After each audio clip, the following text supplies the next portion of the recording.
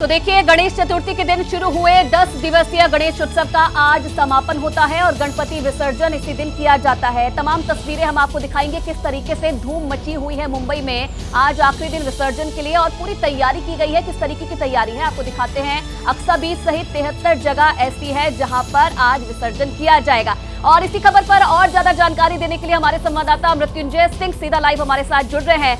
मृत्युंजय, जरा तस्वीरें दिखाइए, किस तरीके की रौनक इस वक्त दिखाई दे रही है गणेश उत्सव को लेकर। आज 10वां दिन है, विसर्जन होता है बप्पा का, किस तरीके की रौनक दिखाई दे रही है इस वक्त? जी बिल्कुल, देखिए महाराष्ट्र का सबसे बड़ा उत्सव है गणेश उत्सव और बहुत धूमधाम से ये पर्व मनाया जाता है। और आपने देखा किस प्रकार से लाखों लोग सड़कों पर होते हैं और बप्पा के दर्शन करते हैं। आज उनके विदाई का दिन आ गया है। मैं मुंबई के गोरेगांव इलाके में हूँ। गोरेगांव इलाके में शास्त्री नगर सार्वजनिक गणेश उत्सव मंडल के पंडाल में हूँ और देखिए इसी प्रकार की भव्य मूर्ति जो आज विसर्जित की जाएंगी। 10 दिनों के बप्पा की सेवा, पूजा अर्चना, आराधना के बाद आज बप्पा को विदा किया जाएगा। इस नारे के साथ विदा किया जाएगा कि गणपति बप्पा मोरिया पुढच्या वर्षी लवकर या, यानी अगले बरस फिर से जल्दी आइए। आपको बता दें कि पूरे महाराष्ट्र भर में, मुंबई भर में बहुत धूमधाम से मनाया जाता है। लाखों घरों में छोटी गणेश मूर्तियों का स्थापित किया जाता है और बड़े बड़े पंडालों में गणेश मूर्तियों का स्थापित किया जाता है। बहुत सारी सजावट की जाती है, बहुत सारी थीम आयोजित की जाती है। इस बार मुंबई की अगर बात करें तो मुंबई पुलिस के 16,000 जवान सिर्फ सड़कों पर उपस्थित रहेंगे। इसके अलावा मुंबई महानगर पालिका के 10,000 कर्मचारियों को तैनात किया गया है। 73 कंट्रोल रूम बनाए गए हैं जहां से सब कुछ मैनेज किया जा सके। सीसीटीवी की निगरानी होगी। साथ ही साथ सुरक्षा के लिहाज से तमाम तैयारियां की गई हैं। और ईद मिलादुन नबी का भी त्यौहार है। हालांकि सरकार ने कल उसके लिए छुट्टी दी है, लेकिन दोनों में कोई भी किसी प्रकार की दिक्कत ना हो इसका पूरा ख्याल रखा गया है। मुंबई में जो बड़ी मूर्तियाँ हैं चाहे छोटी मूर्तियाँ, आज सभी विसर्जित की जाएंगी। आप ये तस्वीरें देखिए। इसी प्रकार से बप्पा की पूजा अर्चना आराधना पिछले 9 दिनों तक की गई। आज भी भव्य पूजा अर्चना होगी। ये कार्यक्रम लगभग 9-10 बजे के बाद शुरू होते हैं क्योंकि जो तमाम बड़ी मूर्तियां होती हैं वो 11 बजे के बाद मंडलों से निकाली जाती हैं मंडप से। और फिर जो बड़े बीचेस हैं, समुद्र के किनारे हैं, बड़े विसर्जन स्थल है, वहाँ पर मूर्तियों को विसर्जित किया जाता है। हर बार की एक अलग अलग थीम होती है। मैं जिस जगह पर मौजूद हूँ, मुंबई का गोरेगांव इलाका, शास्त्री नगर सार्वजनिक गणेशोत्सव मंडल, देखिए कितना खूबसूरत सजावट किया गया है। और हर बार की एक पंडाल की एक थीम होती है, एक मैसेज होता है। तो यहाँ पर्यावरण को बचाना, इस प्रकार का मैसेज दिया गया है। तो इसके लिए लोगों को इस प्रकार के प्रोडक्ट दिए जाते हैं कि आप पर्यावरण को बचाइए, प्लास्टिक इस्तेमाल मत करिए। जरा तैयारियों को देख लीजिए, इतने फल तैयार करके रखे गए हैं। और इस प्रकार से आज दिन भर की पूरी तैयारी का सिलसिला जो है वो शुरू हो गया है। और 10 बजे के बाद गणपति बप्पा जो बड़ी बड़ी गणेश मूर्तियां हैं वो पंडालों से निकलेंगी और लगभग 6 घंटे, 8 घंटे, 10 घंटे का सफर तय करते हुए नाचते गाते तमाम जो बप्पा के भक्त हैं वो नाचते गाते बप्पा को विदाई देंगे और इस विश्वास के साथ विदाई देंगे कि गणपति बप्पा मोरिया पुढच्या वर्षी लवकर या, यानी गणपति बप्पा आप जा तो रहे हैं लेकिन अपना आशीर्वाद सभी भक्तों पर रखिए और अगले वर्ष आप जल्दी आइए। जी बिल्कुल मृत्युंजय, ये आप गोरेगांव के शास्त्री नगर की तस्वीर दिखा रहे हैं लाइव हमारे दर्शकों को और आप कह रहे हैं कि सुबह 10 बजे के बाद कार्यक्रम वहां पर शुरू होगा और आज ही विसर्जन होना है। ऐसे कितने पंडाल होंगे और कितनी संख्या में इस प्रकार के विसर्जन हो सकते हैं जिसके लिए पुलिस और सुरक्षा बलों और व्यवस्था ने तैयारी की हुई है वहां पर मृत्युंजय? जी बिल्कुल, अगर हम सिर्फ मैं मुंबई की अगर बात करूं तो मुंबई में 1 लाख से अधिक घरों में छोटी गणेश मूर्तियों की स्थापना होती है। जो छोटी गणेश मूर्तियों की स्थापना होती है उनका विसर्जन 1.5 दिन में, 3 दिन में, 5 दिन में और 7 दिन में किया जाता है। और आज अनंत चतुर्थी के दिन तमाम गणेश मूर्तियों का, चाहे वो घरों में स्थापित की गई मूर्तियां हो या फिर बड़े पंडालों में स्थापित की गई मूर्तियां हो, उनका विसर्जन किया जाता है। मुंबई में अगर इस प्रकार के बड़े पंडालों के और बड़े गणेश मूर्तियों की बात करें जहाँ पर गणेश मूर्तियों का जो हाइट है वो बहुत ज़्यादा रहता है, 5 फुट, 10 फुट, 20 फुट, 25 फुट तक की हाइट के गणेश मूर्तियां रहती हैं। इनका विसर्जन बड़े सार्वजनिक जो विसर्जन स्थल हैं वहाँ पर किया जाता है। इसके लिए बहुत तैयारी करनी पड़ती है। बाकायदा जो कार्यकर्ता होते हैं बहुत तैयारी करते हैं, बहुत सजावट की जाती है और धूमधाम से बप्पा की विदाई की जाती है। 16,000 से अधिक गणेश मूर्तियां, तो आप समझ सकते हैं कितना वक्त गणपति का विसर्जन होना है। और इससे पहले गणपति के दर्शन के लिए लाखों लोग पहुंच रहे हैं। फिल्म अभिनेता अनुपम खेर लालबाग के राजा के दरबार में पहुंचे हैं और बप्पा का आशीर्वाद ले रहे हैं। तस्वीरें आपको दिखाते हैं।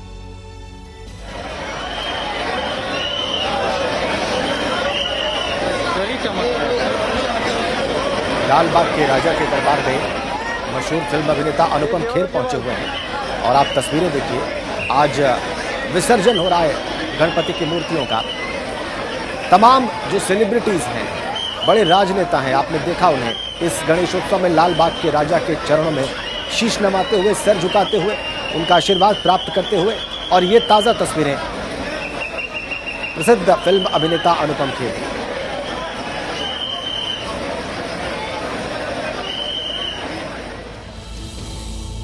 और इन्हीं तस्वीरों के साथ आगे बढ़ेंगे, बात करेंगे आज के एजेंडे की, पॉलिटिकल कैलेंडर की, जिसमें आपको दिखाएंगे दिन भर आज क्या बड़ी खबरें रहने वाली है। देखिए, सबसे पहले बात करेंगे गृह मंत्री अमित शाह आज रायपुर में पार्टी नेताओं के साथ बैठक करने वाले हैं, आगे की रणनीति बनाने वाले हैं। एमपी में बीजेपी की दूसरी लिस्ट के उम्मीदवारों की आज भोपाल में ट्रेनिंग होनी है, जिसके लिए तलब किया गया है। कांग्रेस अध्यक्ष मल्लिकार्जुन खड़गे की आज छत्तीसगढ़ में चुनावी सभा है, कांग्रेस भी तैयारियों में लगी है। वहीं पंजाब की अगर बात करें, पंजाब में किसान संगठनों का आज से 3 दिन का रेल रोको आंदोलन है। इसी के साथ साथ देखिए 10 दिन से चल रहे गणेश उत्सव का आज समापन होगा, जिसके लिए तमाम तैयारियां पुलिस बल की तरफ से की गई है और आज रौनक मुंबई में देखने को मिल रही है।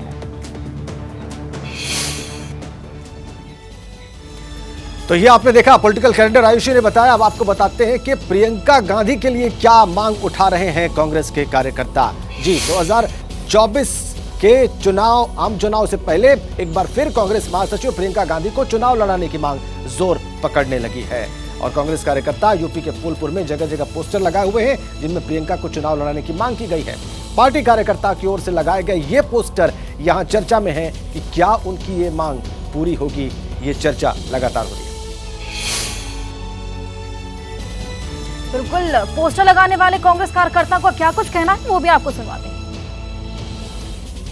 इस पोस्टर के जरिए हम बताना चाहते हैं कि लोगों को फूलपुर की जनता गांधी परिवार से कितना लगाव है। प्रयागराज से चूंकि उनकी जन्मभूमि उनके दादा नाना की रही हो, तो लोगों उनका दिल हम लोगों का सबका जुड़ा हुआ उनसे।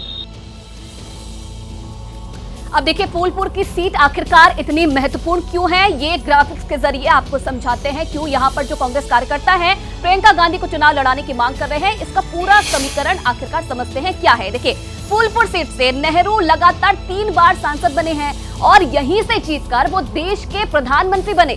नेहरू की बहन विजय लक्ष्मी पंडित भी यहीं से सांसद बनी थी।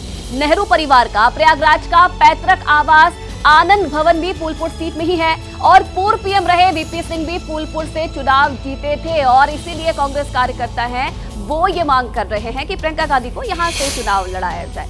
आगे बढ़ेंगे एक बड़ी खबर के साथ। इस वक्त पंजाब से हमारे पास है। पंजाब पुलिस ने कांग्रेस एमएलए को गिरफ्तार किया है। कांग्रेस के एमएलए सुखपाल सिंह खैरा को चंडीगढ़ से गिरफ्तार कर लिया है। पंजाब पुलिस ने खैरा को चंडीगढ़ वाले घर पर रेड के बाद गिरफ्तार किया गया है और यह गिरफ्तारी 2015 के एक पुराने केस में की गई है। बड़ी खबर चंडीगढ़ से। चंडीगढ़ वाले घर पर रेड के बाद सुखपाल सिंह खैरा को गिरफ्तार कर लिया गया है। कांग्रेस के एमएलए हैं।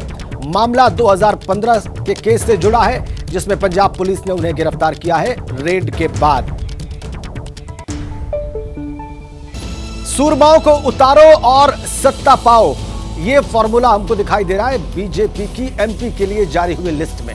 और चर्चा इस बात की है कि राजस्थान में भी बीजेपी ऐसा ही फॉर्मूला अपना सकती है और इसीलिए सबकी निगाहें राजस्थान के लिए जारी होने वाली बीजेपी की लिस्ट पर।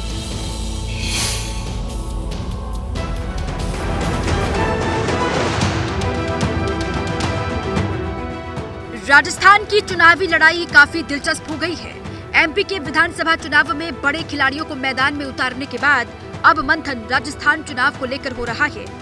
बीजेपी के चाणक्य कहे जाने वाले गृह मंत्री अमित शाह और जेपी नड्डा ने राजस्थान के बड़े नेताओं के साथ बैठक करके उम्मीदवारों के नामों पर मंथन किया, जिसके बाद कयासों का दौर शुरू हो गया है कि एमपी जैसा सरप्राइज राजस्थान में भी हो सकता है। जैसे जल शक्ति मंत्री गजेंद्र सिंह शेखावत, कानून मंत्री अर्जुन राम मेघवाल, केंद्रीय कृषि राज्य मंत्री कैलाश चौधरी, पूर्व केंद्रीय मंत्री और सांसद राज्यवर्धन सिंह राठौड़, राज्यसभा सांसद किरोड़ीलाल मीणा और स्वामी सुमेधानंद सरस्वती का नाम भी विधानसभा चुनाव लड़ने वाले उम्मीदवारों में हो सकता है। लोग संकल्प ले लिया है कि एक गहलोत सरकार को उखाड़ के फेंक लेने का संकल्प लिया है। बीजेपी की रणनीति है कि बड़े नेता उतरकर सीधे जनता को संदेश दें कि वो कार्यकर्ता बनकर चुनाव लड़ने आए हैं, जिससे कार्यकर्ताओं में जोश आए और चुनाव सरल हो जाए। हालांकि बीजेपी की नई रणनीति पर कोई नेता बोलने को तैयार नहीं है। पार्टी पहले से जोशीली है, किसी बी कॉम्प्लेक्स की जरूरत नहीं। पार्टी पूरे तरीके से टू-स्टेप है और मजबूती से सरकार बनाएगी, इतना ही कह सकता हूँ। मैंने देखा नहीं, मेरा जितना रोल था मैं करके आ गया। राजस्थानी में कहावत है कि मन सारा बांजार मनी मन जान, सारी चीजें आपको पता है। अब सबकी निगाहें आज होने वाली आरएसएस और बीजेपी की बैठक पर टिकी हुई हैं, क्योंकि बीजेपी अध्यक्ष जेपी नड्डा और केंद्रीय गृह मंत्री अमित शाह संघ के नेताओं से मुलाकात कर सकते हैं।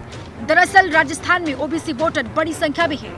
अगर राजस्थान के जातीय गणित पर नजर डालें तो ओबीसी 40, सवर्ण 19, एससी 18, एसटी 14 और मुस्लिम वोटर 9% हैं। इनमें से 4 ऐसी बड़ी जातियां हैं जो राजस्थान की राजनीति को प्रभावित करती हैं, जिनमें जाट 10, मीणा 7, राजपूत 6 और गुर्जर 5% हैं। ऐसे में अब इंतजार राजस्थान की बीजेपी लिस्ट का हो रहा है कि किस सांसद और किस केंद्रीय मंत्री को टिकट मिलेगा। लेकिन इससे पहले बीजेपी ने दूसरे राज्यों के 44 नेताओं को जिलों की जिम्मेदारी सौंप दी है, जिनमें दिल्ली सांसद प्रवेश वर्मा को जोधपुर देहात, पंजाब के बीजेपी अध्यक्ष सुनील जाखड़ को सीकर, केंद्रीय मंत्री जितेंद्र सिंह को जयपुर शहर, हरियाणा विधायक महिपाल ढाडा को हनुमानगढ़, हरियाणा प्रदेश महामंत्री संदीप जोशी को चूरू, यूपी से बीजेपी नेता जुगल किशोर को जयपुर देहात उत्तर, जम्मू कश्मीर के पूर्व डिप्टी सीएम निर्मल सिंह को जयपुर देहात दक्षिण, जम्मू कश्मीर के पूर्व डिप्टी सीएम कविंद्र गुप्ता को दौसा, हरियाणा के बीजेपी नेता अरविंद यादव को अजमेर देहात, दिल्ली सांसद रमेश बिधूड़ी को टोंक, यूपी में बीजेपी नेता अरुण असीम को कोटा देहात, उत्तराखंड में प्रदेश उपाध्यक्ष कुलदीप कुमार को 12 की जिम्मेदारी सौंपी गई है। राजस्थान में बीजेपी जिस फॉर्मूले पर काम कर रही है वो कांग्रेस को रास नहीं आ रहा है। आएंगे लक्ष्यदार बातें करेंगे, अब जान तो मार्केटिंग में तो उस्ताद है वो। मार्केटिंग जो ये मार्केटिंग गुरु है, कई होते हैं, ये प्रोफेशनल लोग होते हैं, वो गुरु कहलाते हैं। कांग्रेस कुछ भी कहे, लेकिन बीजेपी का मानना है कि बड़े मंत्री और सांसद भी विधायकी के चुनाव में उतारे जाएंगे तो इससे पक्ष में माहौल बनेगा। पार्टी को लगता है कि इससे स्थानीय स्तर पर नाराजगी काबू में आती है। सिर्फ अपनी ही नहीं बल्कि आसपास की सीट तक बड़े चेहरे माहौल बनाने में काम आएंगे।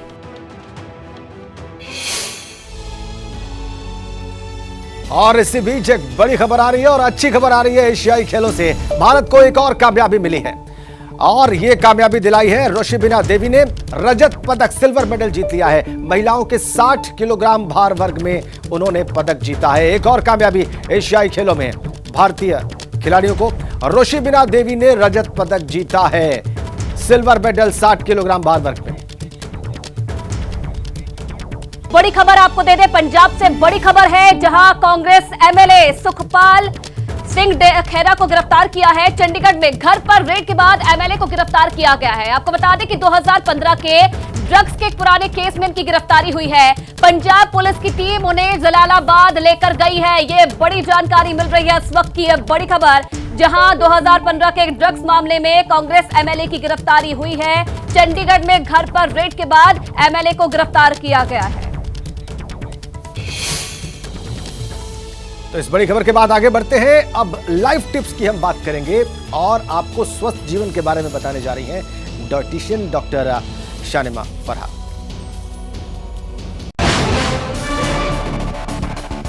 अगर प्लास्टिक गर्म है, अगर ज़्यादा हाई टेम्परेचर पर है तो उसमें कुछ ऐसे सब्सटेंस रिलीज होते हैं जो कि बॉडी के लिए हार्मफुल होते हैं। तो हमको इसको अवॉइड करना चाहिए कि ज़्यादा गर्म टेम्परेचर पर प्लास्टिक में खाना न रखें। वैसे कैंसर का कोई डायरेक्टली रिलेशन इससे नहीं है कि डेली यूज में इतना ज़्यादा कॉमन है प्लास्टिक का यूज़, बट हमको डेफिनेटली हाई टेम्परेचर और लॉन्ग स्टैंडिंग खाने को अवॉइड करना चाहिए, चाहे वो पीना है या खाना है, किसी भी तरह से। रोजमर्रा की जिंदगी में प्लास्टिक का इस्तेमाल कितना हानिकारक हो सकता है, ये जानेंगे मैक्स कैंसर हॉस्पिटल के डॉक्टर गोपाल शर्मा। अगर प्लास्टिक गर्म है, अगर ज़्यादा हाई टेम्परेचर पर है तो उसमें कुछ ऐसे सब्सटेंस रिलीज होते हैं जो कि बॉडी के लिए हार्मफुल होते हैं। तो हमको इसको अवॉइड करना चाहिए कि ज़्यादा गर्म टेम्परेचर पर प्लास्टिक में खाना न रखें। वैसे कैंसर का कोई डायरेक्टली रिलेशन इससे नहीं है कि डेली यूज में इतना ज़्यादा कॉमन है प्लास्टिक का यूज़, बट हमको डेफिनेटली हाई टेम्परेचर और लॉन्ग स्टैंडिंग खाने को अवॉइड करना चाहिए, चाहे वो पीना है या खाना है, किसी भी तरह से। अब देखिए, इन दिनों वीडियो कॉल के जरिए लोगों को ब्लैकमेल करने का जो रैकेट है वो चल रहा है। साइबर फ्रॉड पर लाइव टिप लेते हैं एक्सपर्ट पवन तुगल से।